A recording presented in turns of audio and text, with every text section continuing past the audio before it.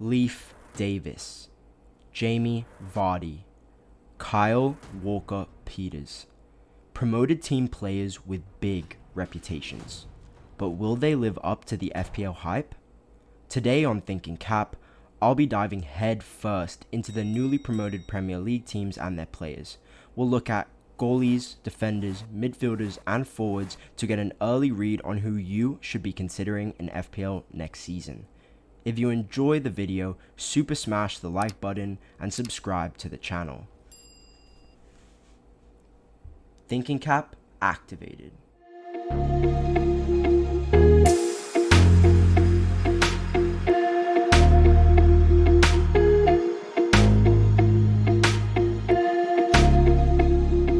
A common saying amongst FPL managers is routes to points. The more routes or avenues a player has to return GA, the higher they should score in FPL. Across a 38 game season, if you have a player taking 100 to 200 corners and 20 to 30 free kicks, and compare that to a player taking 0 corners and 0 free kicks, the player who has the extra opportunities to return theoretically should return higher than the player who has no extra opportunities to return. So if we look at the 3 promoted team set pieces, pens for Leicester City is Jamie Vardy, with Daka and Mavididi the second and third options. Free kicks, there is a question mark around Leicester free kicks just because Dewsbury Hall has departed to Chelsea.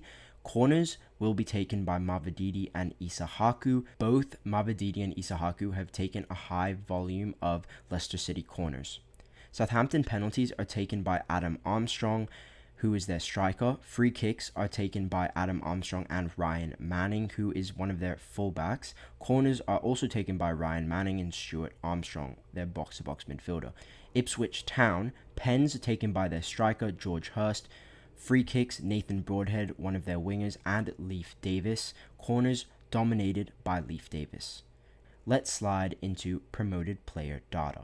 I thought it would be a good place to start by having a look at the promoted team goalies. Now, the graphic above me shows 4 goalkeepers, and that's because Bazunu, Southampton's starting goalkeeper last season, tore his Achilles tendon. That's a really nasty injury. I've played high-level football for 17 years, and I've had a couple of teammates who have torn their Achilles. It's a very long time out, and he's rumored to be out until 2025, which would mean McCarthy is current first choice as things stand. McCarthy also signed a contract extension with Southampton, so he will be first choice. I just wanted to put that there just so you know and have the extra information. Now let's discuss the options. If you approached me and said you can only pick one for next season, my favorite option would be Hladecki from Ipswich Town. Now it would be Hermansen because I do think Leicester were the strongest team coming up, but they've lost Dewsbury Hall, they've lost Maresca, so I do see them weaker than Ipswich Town. So I would pick Hladecki if I had to pick one out of the hat. He started 46 times in 46 games in the championship, and that availability record bodes really well for FPL. You want your goalie available every week. He also kept 14 clean sheets in the Champo and made 114 saves. He's averaging 2.48 saves per start, which is the second best on this list. Individually comparing the goalies and disregarding the team data, Leicester City's Hermansen definitely tops the list. He made 113 saves last season. That's 1 behind Hladecki with 2 less games. He is top of saves per start, and Leicester do have the best season XGC. Hermansen actually also saved 1 from 1 pens in the championship last season, which puts him in the 97th percentile for pen saves for keepers last season. Per 90, Hermansen's the only one with defensive data that looks anywhere near positive, with goals against per 90 sitting at 0.93. Both Bazunu and Hladecki sit above 1 goal against per 90 minutes, and you'd expect all 3/4 keepers on this list for the goals against per 90 to increase coming into the Premier League just because the level is higher. Let's just touch on Southampton briefly. Now, Bazunu will be out, which means McCarthy will be the starting goalie, and I do think McCarthy has a lot of experience, but even if you look at the goals against per 90. When McCarthy was in the team, he was averaging 1.8 goals against per 90 compared to Gavin Bazunu's 1.32. That's a big jump. I do realize that Alex McCarthy has a smaller sample size of starts compared to Bazunu. However, the fact that it's so high doesn't bode well for me. I would actually disregard Southampton goalies as options, and I would actually say that they become the top team to target fixture-wise for teams like City, Chelsea, Liverpool, Man United. The S-tier finishers in the Premier League, like the Mo Salahs and Erling Haalands, will bag a couple goals. Overall, I think if you're looking to invest in a promoted team goalkeeper, I think Hladecki is the best option. Just looking at the individual goalkeepers, I think Hermansen is the best goalkeeper coming up, and I would definitely avoid Southampton as an option. I do think Ipswich look the strongest out of any of the teams coming up. They've kept their manager. I can only see them improving on their squad. Hladecki has good save potential. I do expect Ipswich to keep more clean sheets than Luton or Sheffield did last season. So let's jump into the promoted defenders. Leif Davis by far is the best option on this list. Let's take a look at his data. 43 starts in 46 games is a great availability record, bodes well for FPL. He had 2 goals and 21 assists in the championship last season. That's 23 goal involvements, 35 fantasy returns. Now, fantasy returns are basically his GA plus the clean sheets. So he picked up 12 clean sheets last season. Obviously, coming into the Prem, I don't think they'll even pick up half of that number, but just because of how strong his GA is, he's definitely still an option. Now, if you look at his expected goals plus expected assists per 90, it's miles ahead of any of the promoted team defenders at 0.32. And compared to fullbacks in the last 365 days, his assists per 90 is 0.43, the 99th percentile. His expected goals plus expected assists per 90, the 99th percentile. Touches in the attacking penalty area, 82nd percentile. Progressive passes per 90, which is a big thing in bonus points, 90th percentile. And his shot creating actions, 99th percentile. So he's a really top level fullback, great attacking threat, and definitely someone to consider next season. Moving on to Ricardo Pereira. He started 37 games out of 46 total in the championship, which is a decent availability record. Only 6 goal involvements, but that is the second highest out of all promoted team defenders. Pereira picked up 17 fantasy returns with the clean sheets added, but you'd obviously expect that to be lower next season. Still decent, and it's one of the top ones in this list.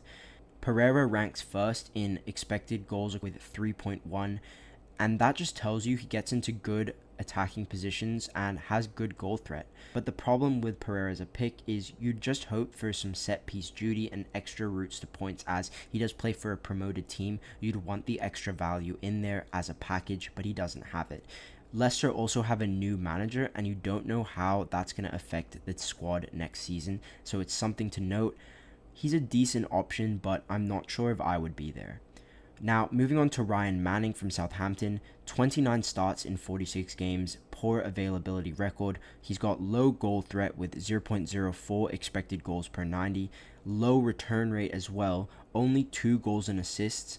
Corners is a solid route to points for him though, 113 taken. We spoke about him in the set piece duty before, good route to points. He is an underperformer though in season expected goals and season expected assists, which is a bad sign for FPL returns. Not sure I would be on Ryan Manning. Moving on to his counterpart, Kyle Walker-Peters, 43 out of 46 games he started, great availability record. He was also second rank in goal creating actions with 15, which is very solid. Shows you that he has some attacking threat. Season XG and XA underperformer though, only 6 goals and assists from approximately 7 expected. Now, the problem with Kyle Walker-Peters as a pick is that Ryan Manning has got more routes to points. I know Walker-Peters has the availability, but both of them play in a poor defense, and without the routes to points, I don't think I can recommend him as a good option. Now, just touching on James Justin, because I know he used to be a very popular fantasy pick.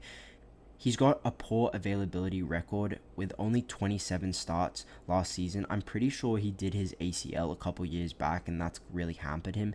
His GA per 90 is also very unimpressive, and he's just got low upside. With the amount of goal threat that Ricardo Pereira carries, I'm not sure that I would be at James Justin instead of Ricardo Pereira. So I don't think he's that amazing as a pick, and I would stay away.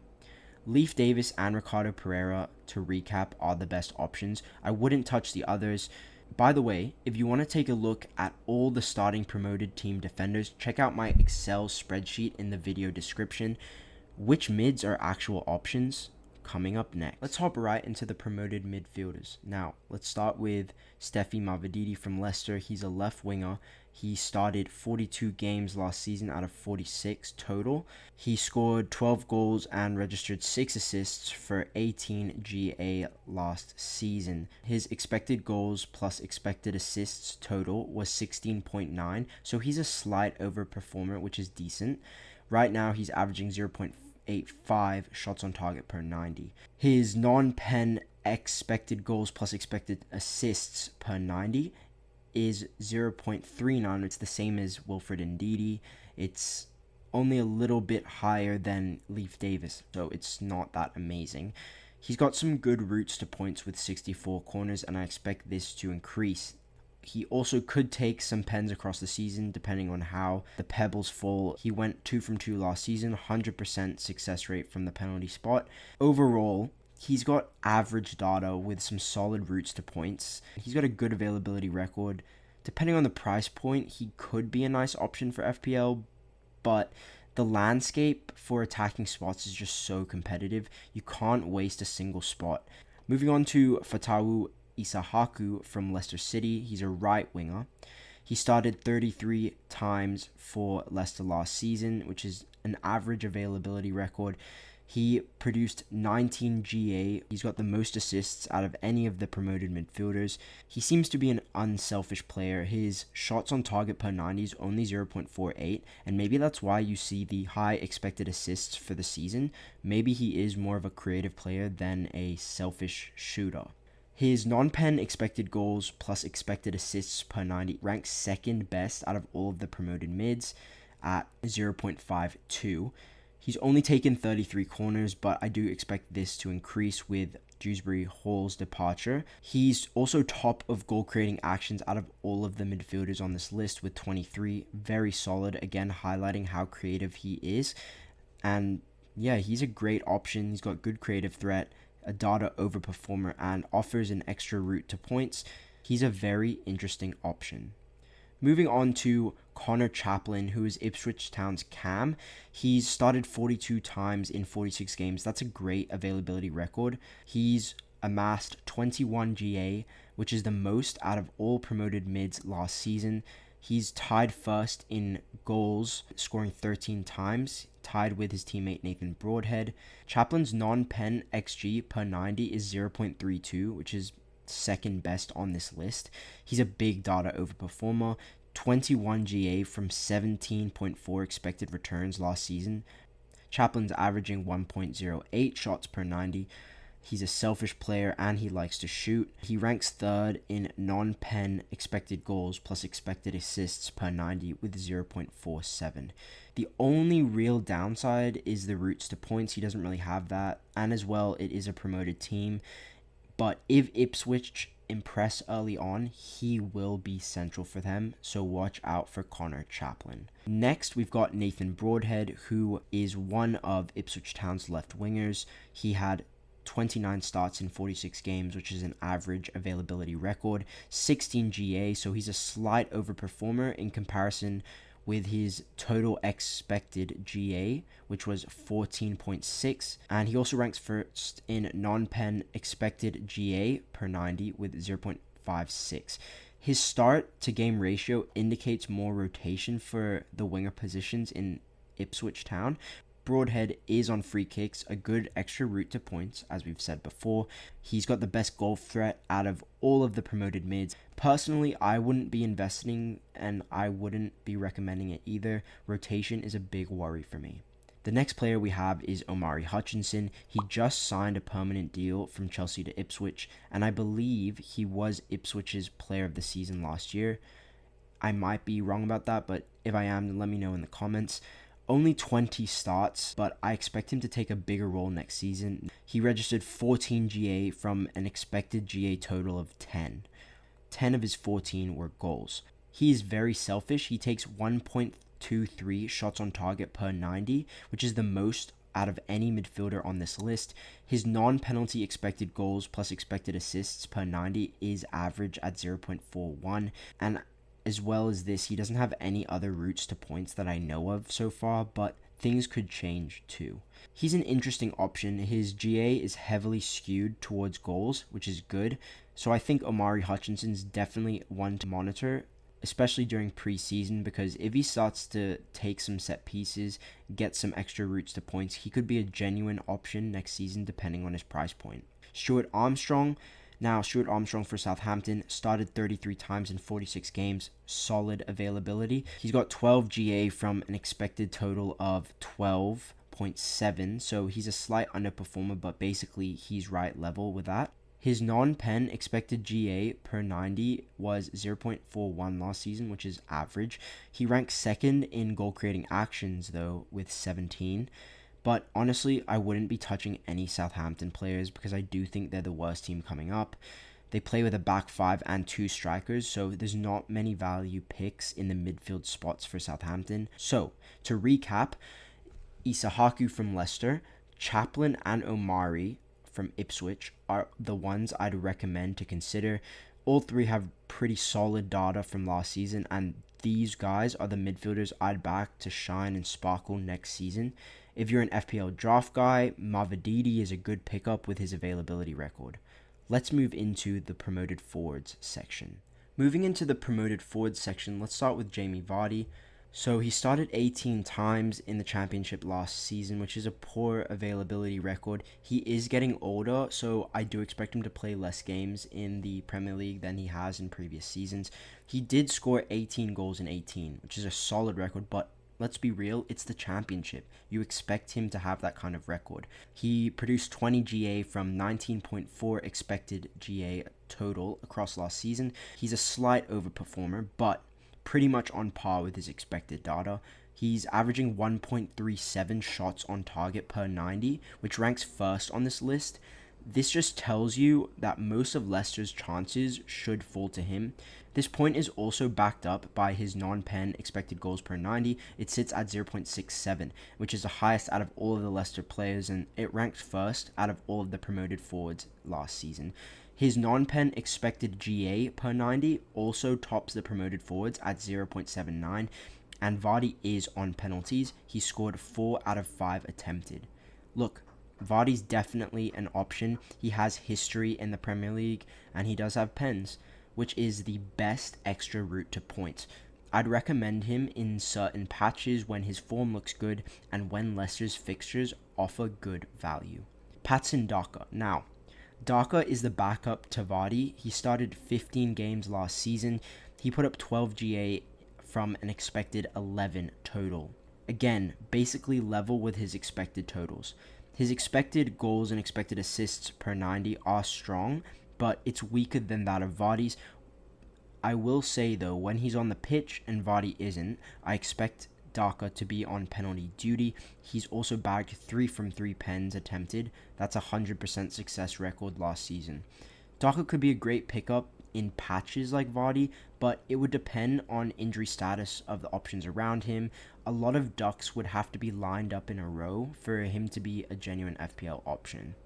Moving on to George Hurst from Ipswich Town. He started 24 times for Ipswich, an average availability record for a striker these days.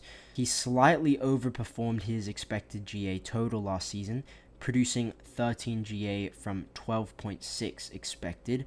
He's only scored 7 goals from 8.8 expected last season, so he's actually an underperforming finisher. His 1.1 shots on target per 90 is lower than what I would have expected for an Ipswich Town striker. However, they do have selfish wingers with high goal threat. We've seen that with Omari Hutchinson. We've seen that with Nathan Broadhead. Hurst's non-pen expected GA per 90 0.6, very, very, very average in comparison to the other promoted forwards. He does have Ipswich penalties when he's on the pitch. However, he only got one last season, which he did score. Overall, it's a hard avoid for me. Very low upside in a competitive FPL landscape in terms of the attacking spots. I wouldn't be here at all. Now, moving on to Che Adams. He started 25 times, which is an average availability record, 16 goals from 13.6 expected goals across last season. His goal threat's really, really strong. He is an outperformer in that category. He produced 20 goals and assists last season, and his expected total was 17.2. Che averages 1.22 shots on target per 90, which indicates some selfishness from Che to shoot. His non-pen expected goals per 90 is the exact same as his striker partner Adam Armstrong at 0.53. Che ranks 4th in the non-pen expected GA per 90, which is kind of just average, right? It doesn't really stand out to you. So overall, I'd say Chase had a good season in the championship, but I wouldn't be investing in him. He lacks the routes to points that I would need to have guaranteed to me to be able to invest in a Southampton asset. Now, if we come to look at his counterpart, Adam Armstrong, he started 44 times, which is an extremely good availability record for a striker. 21 goals last season, which is top of all promoted forwards, and he actually underperformed his total expected goals from last season, which was 22 expected. So what that actually tells you is that most of the chances in terms of goal threat is falling to Adam Armstrong. He put up double-digit goals and assists, which is quite impressive, massively overperforming his expected assists last season. He totaled 13 assists from 7.8 expected. His expected GA was 29.8 returns. He returned 34 times. Armstrong outperforms his expected data, which Southampton will need him to do if they are to stay up. He also ranks 2nd in shots on target per 90 with 1.3. He's also tied 2nd with Daka for non-pen expected GA per 90 with 0.72, just behind Vardy. He is Southampton's penalty taker, and he scored 4 from 4 last season. That's 100% success rate from the penalty spot.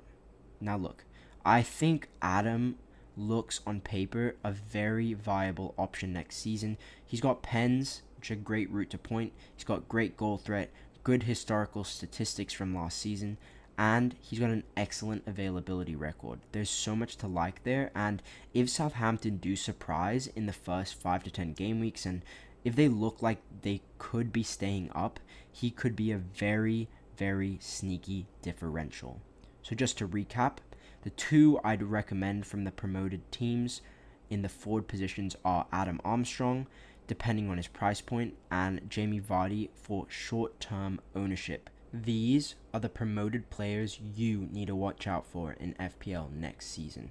I'd also recommend watching my meta fixture rotation pairs video to get a big head start on the FPL masses next season. If you enjoyed the video, drop a like and subscribe to the channel. Thinking cap deactivated.